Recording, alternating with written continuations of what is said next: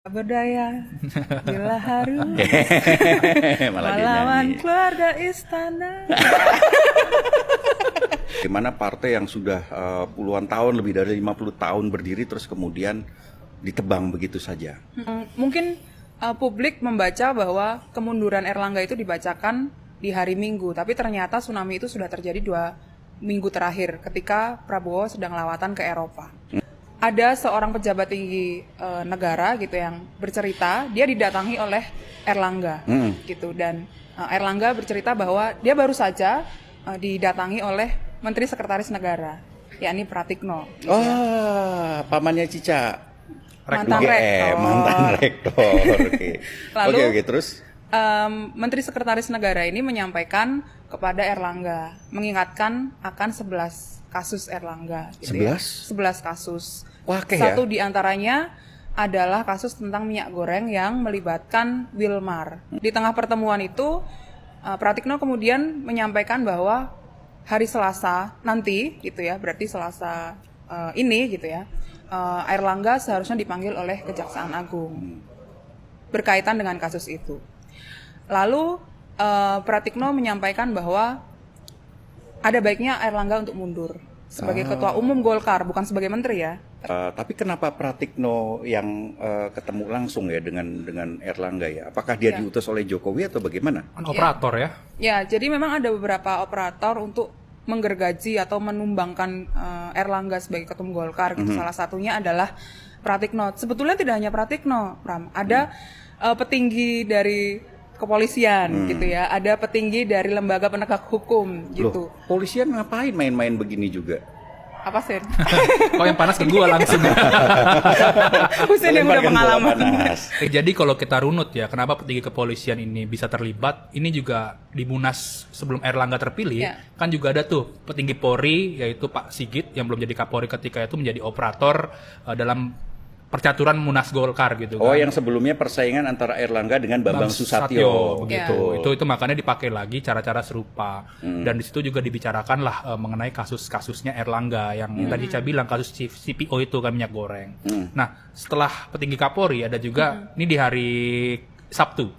Ada juga petinggi Gerindra yang datang ke Erlangga dan menjelaskan bahwa lagi-lagi kasus CPO ini akan segera naik segala macam dan membawa surat ya bahwa sprindik dengan tanggal yang kosong atau belum ditentukan. Kalau misalkan dia tidak mundur di hari yang sama, maka Erlangga langsung TSK seperti itu. Hari itu juga? Hari Hari itu Sabtu? juga, Sabtu malam. Makanya kan beredar kabar di Minggu pagi, Erlangga mundur di Sabtu malam. Ternyata peristiwanya adalah diminta surat pengunduran diri jam 23.55 kalau nggak salah. Dia ya. diberi deadline untuk mundur Di hari- sebelum jam 24.00. Ya, minggu dini hari harus mundur. Makanya 23.55 dia tekan lah surat itu, Pram. Kenapa partai lain itu harus ikut-ikutan ya dalam hal ini ya? Maksud gue kan ini kan kasus hukum. Ya udah sih kalau emang Erlangga bersalah ya jadikan tersangka aja gitu loh. Selesai sampai di situ. Tapi kenapa kemudian harus dimundurkan, harus mundur. Terus kemudian juga harus ada petinggi dari partai lain yang kemudian menyampaikan lu harus mundur sebelum hari berganti. Begitu kan? Ya. Kenapa kemudian harus sampai seperti itu? Ya.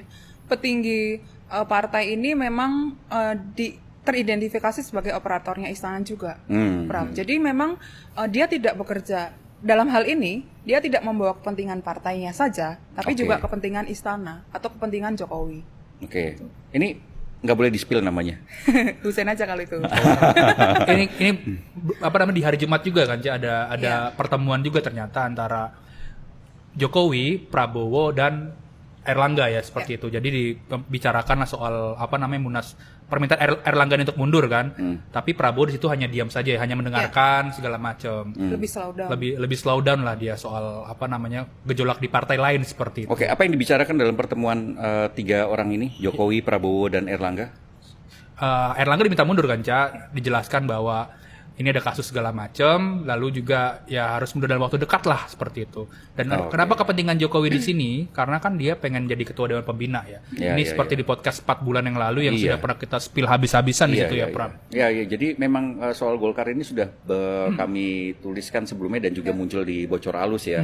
Waktu itu kita sebutkan bahwa kandidatnya Bahlil gitu, terus kemudian Erlangga terancam mundur dan ada upaya dari istana untuk mengambil alih Golkar dan ternyata kejadiannya sekarang gitu ya. Tapi sebagai background Pram ya, pemanggilan Jokowi ya, pemanggilan Airlangga oleh Jokowi dan dihadapkan dengan Prabowo itu dilakukan setelah video konsolidasi senior-senior Golkar bersama Airlangga itu muncul atau viral di media sosial gitu. Jadi saat itu ketika Airlangga melawan, kemudian Istana langsung memanggil gitu. Jadi yang langsung bekerja ini Istana nih, atau Jokowi. Jokowi langsung. Iya. Dan sebelum pertemuan itu ada pertemuan Jokowi dan Bahlil. Sempat fotonya viral juga tuh Jokowi Iya. Bahlil. Oke, soal Bahlil kita simpen nanti ya, Oke. karena kita juga pernah Iya. menyebutkan soal Menteri Bahlil nih kan berkali-kali. Nah, cuman ketika sudah dipanggil itu akhirnya Erlangga tak berdaya dong. Tak berdaya bila harus Malah dia melawan nyanyi. keluarga istana.